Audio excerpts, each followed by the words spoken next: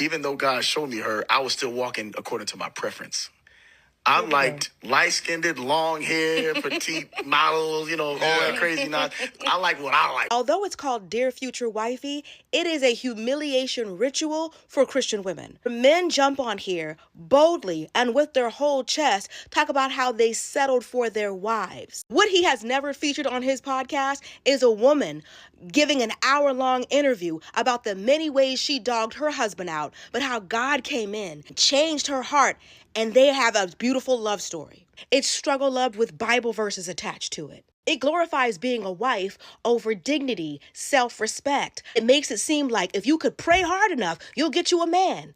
Even a man who didn't initially want you. Men have always tried to get women to settle. Now you're trying to say God wants us to settle too? Not the same God that said he would give us the desires of our heart. Most of us desire a man who's initially attracted to us, who wants us initially, who doesn't have to be prayed into loving us. You never tell men to endure mistreatment by a woman who didn't want them. You never tell them to pray and pray that God will change their heart and their mind. You never do that to men, but you always do it to women.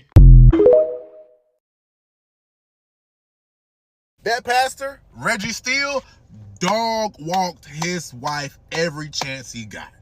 Talking about that Dear Future Wifey podcast interview with him and his wife. He dog walked her every chance he got. Cheating on her left and right. Telling her he finna go cheat. Had her ironing his clothes when he was finna go see his side chick. He telling his wife she's worthless. Ain't got no value. He telling her she not his preference. Pretty much telling her he not attracted to her. He don't like her. He said the only reason he was coming home was because he had kids with her. Specifically, he didn't want another man to raise his daughters. And she stayed. She stayed as long as I was first, as long as I came first, as long as he came home. It is my hope that us as a people are removed from the shackles of that struggle love, long as you know where home is mentality. And also, before you idolize a long-lasting marriage, get that backstory.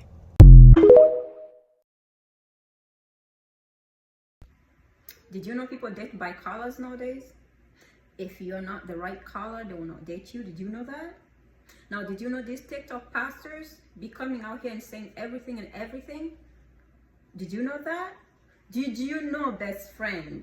These TikTok pastors, like light-skinned, long their words, not my words.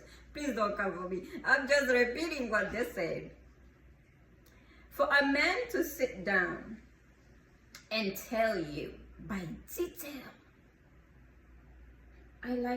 my preference are light-skinned, long-haired. I understand preference. I understand that every human being have preference. I understand every human being like to date whoever they want. It doesn't matter. But best friend, if somebody is coming to you asking you out, but they're here telling you all their preference, like, excuse me, you should have known I'm dark-skinned woman.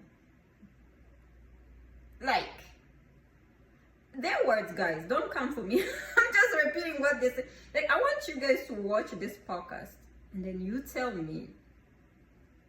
And then there is, like, this, you will never ever see other religion men come out here on podcast, bring their wives on this podcast out here on TikTok and start just going off, like saying all type of things. It's always us Christians, like Christian pastors, TikTok Christian pastors, please, what are you guys teaching us? What do you guys want us to take from this? Do you know that there are young people watching you guys? Do you know the young people actually paying attention? Do you guys know that? What are you teaching us about marriage? Are you trying to tell us, like, we should just give up on marriage and dating? Is that what this message is? Because what is this message? Because it's giving hint of narcissist with sprinkle of control, with hint of I'm the best you have. If you are without me, you'll never find better than me. It's giving that. It's really giving that. So please explain this to me. I just want to know, because for the rest of best friend, please, I sympathize with me here for 2 seconds, okay? If a man come up to you or a woman come up to you and said, I'm interested in you. However, I prefer tall, handsome, light-skinned, with a six-pack. And just sitting there, you're like, then why are you approaching me? What do you want? Go look for long-haired, light-skinned or tall, light-skinned with a six-pack somewhere else. Why are you talking to me? Like, I mean,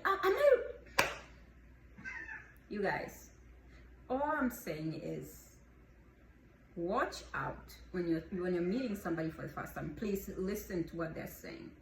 Hear their words. Please pay attention, because some narcissists will be telling you story, telling on themselves. And you'll be thinking they're talking about their best friend. No, best friend, they're talking about themselves.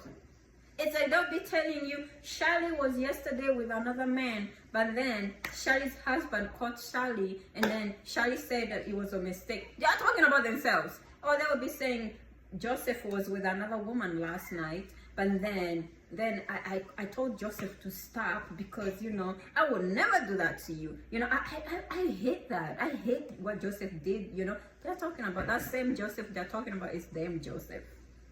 You understand? Guys, be careful out there, okay? Take care of yourself. The reason why I'm doing these videos is because I really want all of us to educate ourselves. I want us to be in healthy relationships. I want us to go into relationships understanding each other, knowing your wants and your needs and your understandings, having decent conversation, because nowadays people don't want to have conversation in relationship. I just want to, you know, educate people on that, because there are people who are in closed doors who are going through narcissistic, like, abuse, and they're not able to come out here and talk about it because they fear. There's a fear of getting hurt or something happening. This is why I'm talking about. This is why I repost these people's videos.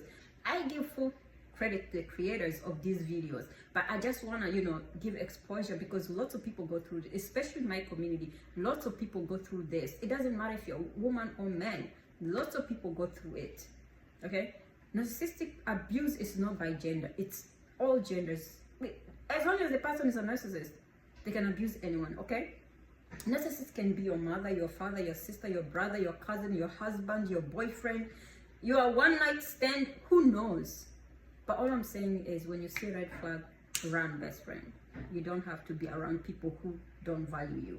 Be around people who value you, and people who want to build you, and people who you want to build, and people you want to build with. Okay? That's my message to you.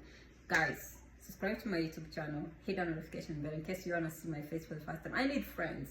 And you guys who are subscribing to my YouTube channel, you guys are my friends now. So, merci mon amour. Thank you, my friend. Asante Rafiki. Nashukuru. That means thank you, my friend. I'm grateful. Yeah, I'm bilingual. That's why I have accent, guys. You can tell. I'm sure you can tell. Anyway, guys, before I make this video to be longer than it is, thank you, guys. Subscribe to my YouTube channel, and let's meet again on your best friend. Bye.